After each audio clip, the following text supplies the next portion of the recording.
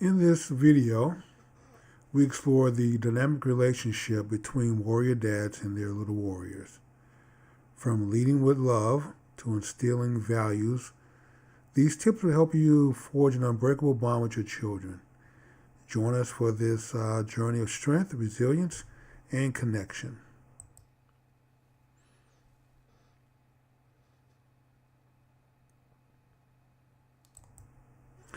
Okay, I'm back.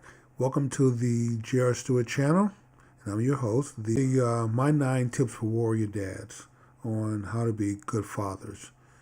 I have finally gotten some emails from some men asking this question, so we're going to jump into it and deal with it. First of all, let me go through the list. Tip number 1, lead with love. Tip number 2, share your passions. Tip number 3, teach resilience and perseverance. Tip number 4, be present in their journey. Tip number 5, communicate openly and honestly. Tip number 6, instill virtue and values. Tip number 7, embrace playfulness. Tip number 8, empower independence. And then tip number 9, create some traditions. And so let's go through our list. I'll give you the overall list. Those are my 9 tips. And so we're going to go through them one by one. Here we go. 1, lead with love. And of course, I think that's fairly straightforward and clear how to lead with love. It basically means to make sure on a daily basis, warrior dads, if you want to be a warrior, and maybe you're not a warrior at this point, but you want to be. Part of your job is to make sure that you sort of instill energy, provide energy for your family. The Bible says for fathers, for husbands, that if you rejoice over your wife, God will rejoice over you, and that if you rejoice over your children, same thing. The wife, basically, when it says rejoice over your wife, it really means over your family. So you should take some time out to make sure that you rejoice over your wife. We've already covered this in the ways of the warrior. But that also means you should rejoice over your children. Spend some time with them. Give them a hug on a daily basis. Make sure you spend time with your children. Give them a hug. Give them some affirmations. Say something positive. Let them know how proud you are to be their father, and how you're happy that they do their chores and they do the homework and they make good grades, and that so as to encourage them to continue to do these things. Number 2. Let's go over number 2. Share your passions. You may have a hobby. Maybe you do jigsaw puzzles. Maybe you go to the gym on the weekend. You play some flag football. I don't know. It doesn't matter. Whatever you're passionate about. Maybe you collect Motown music. Maybe you're an avid reader. But I'm sure you have some passion in life, something that you really enjoy doing. And whatever that is, make sure you share that experience, those activities with your children. Let them participate. Talk about it with them. Hey, your dad collects widgets, and this is what I get out of it. This is why I like collecting widgets. I got it from your grandfather, or I got it from this person. But whatever the motivation is, whatever your passion is, make sure that you share that with your children, because it's a fantastic way to bond, and it creates lasting memories. Tip number 3, resilience. Teach resilience and perseverance. A lot of times we don't like to talk about our failures and setbacks, but we need to share those with our children, because it is a teaching opportunity. It's a learning opportunity. In what you're teaching them, that a setback is just a setup for a comeback. It's okay if you use that. If you watch this show, you can take that phrase and reuse it. I won't charge you anything. No copyright violations. But teaching your children about your setbacks and sharing some of your failures in life with them, and what you did to overcome, and how you had to overcome it, and what that journey would look like. encourages them when they have setbacks not to give up, not to let it defeat them.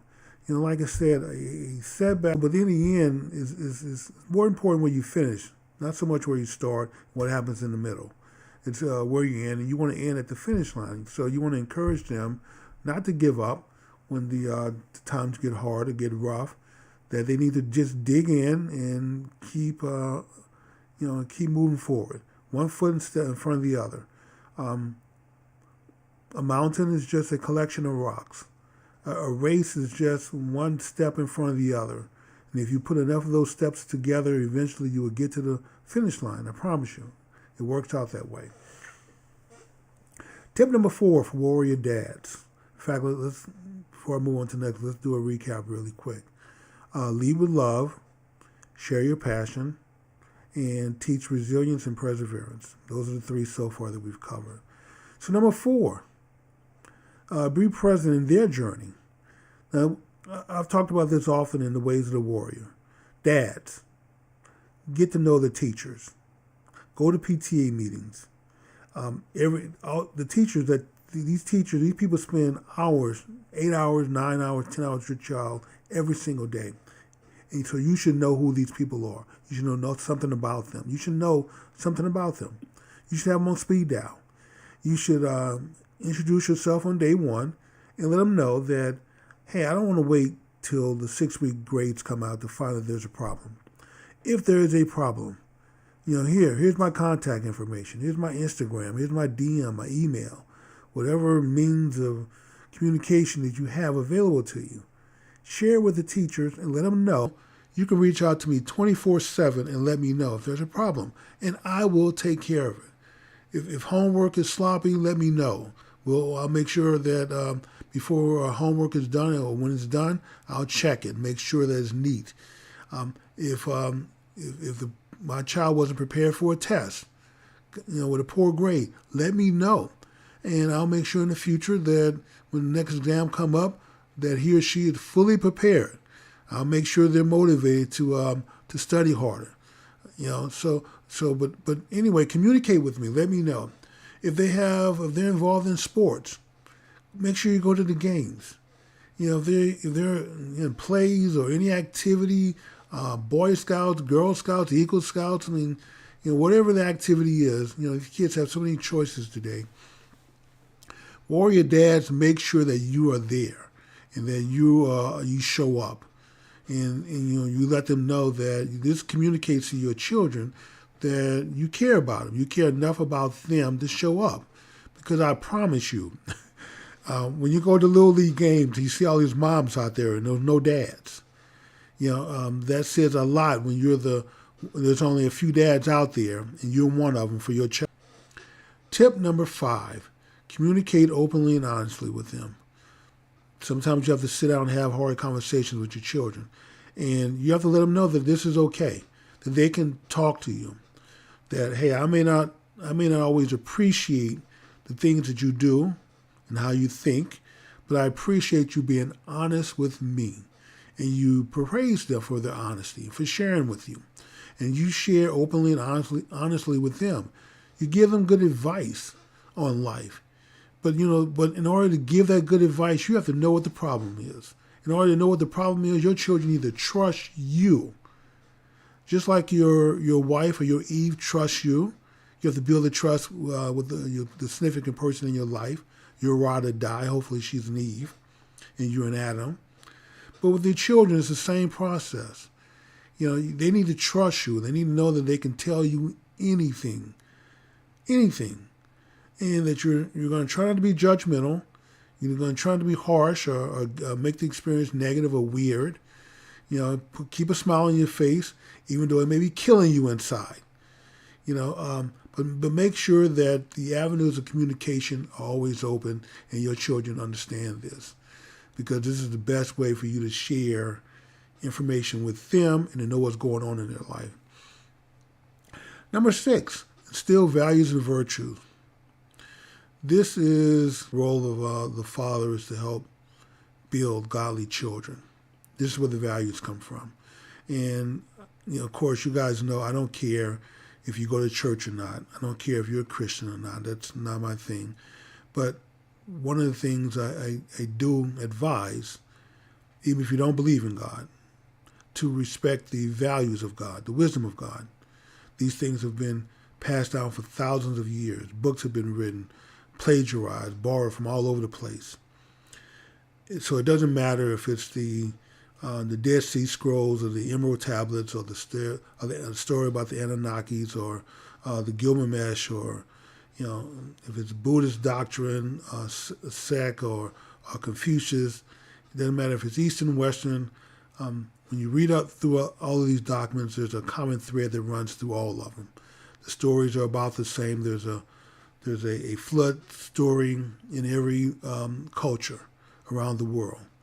There is a Garden of Eden, a story of creation in just about every culture around the world. Everyone has one. And so it's silly to be arguing about which religion is right and which book is right.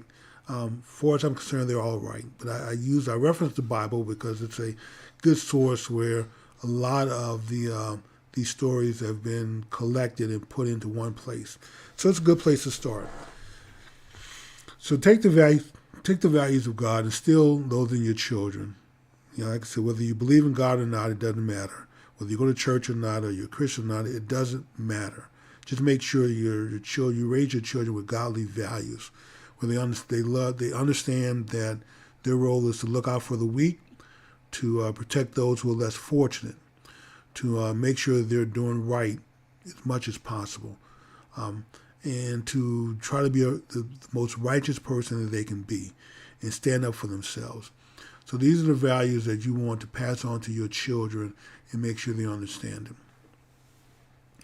Number 7. Well, let me do a recap before I go to number 7, because some of you may not have a pen and paper out and be taking notes. I should have encouraged you. I should have told you this from the beginning. I normally do. To get the pen and paper out and take notes. So number 1, lead with love. Number 2, share your passions. Number 6, instill values and virtue. And so we get to number 7. Number 7 is playful interaction. Embrace playfulness.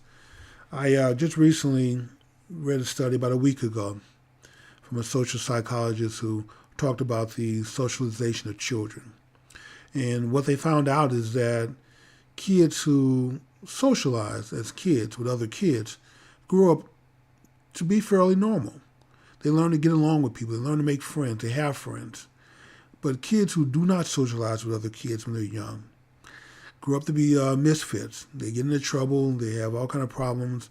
And they become problematic to society. And so you don't want that for your child. And one of the best places to start with your children is for you, the warrior dad. Go home every day. Not only give your child a hug and some affirmation, some love, but play with them. Spend time with them. Interact with them. This is a great time to talk, to share information, and for you to share values with them. So it's also a teaching. But there's a lot that's tied into playing. It doesn't matter what the game is or what the activity is, but spend some time playing. And so you're teaching your children how to interact and how to make friends and how to normalize their life in a way that's palatable to society, which is what you want. So when you get home, make sure you spend a little time interacting with your children. Spend some time, being playful. Teach them how to play and how to be good sports. Number 8, empower independence. So especially as your children get older, you need to kind of pull back a little bit, take some of the rules away. The rules that you put in place when children are young is just to keep them safe. You want to, even if they don't understand the logic behind the rule, you need to follow the rules because I need to keep you safe. As they get older, when you can explain things to them, this is why we want you home, before 10 o'clock, or we don't want you out, with the wrong crowd. We don't want you experimenting with drugs and alcohol. We don't want you doing these things, hanging out with the wrong people. As they get older, you can explain these things to them where they understand. Let's back a little bit. Give them a little independence so they can make decisions for themselves. Now, I'm going to tell you right now, warriors, your child, your children are going to make bad decisions. You made bad decisions. We all did. The thing here is that it's not about necessarily punishing your children. It's about helping them learn from their mistakes. Like, hey, we can sit down and talk about this. Yeah, Dad, I messed up. I effed up. I'm sorry. I'll try to do better in the future. Okay, fine. Let's sit down and talk about it. Let's help me understand, why you thought this was a good idea. Maybe, hey, maybe I'm looking at it the wrong way. Maybe this was an opportunity, and maybe you're looking at it the wrong way. I'm looking at it the wrong way. Maybe things just turned south through no fault of your own. But let's sit down and talk about it. And so then I can have an opportunity to help, as I understand it, to help you understand maybe where you can make some adjustments to make a better decision in the future.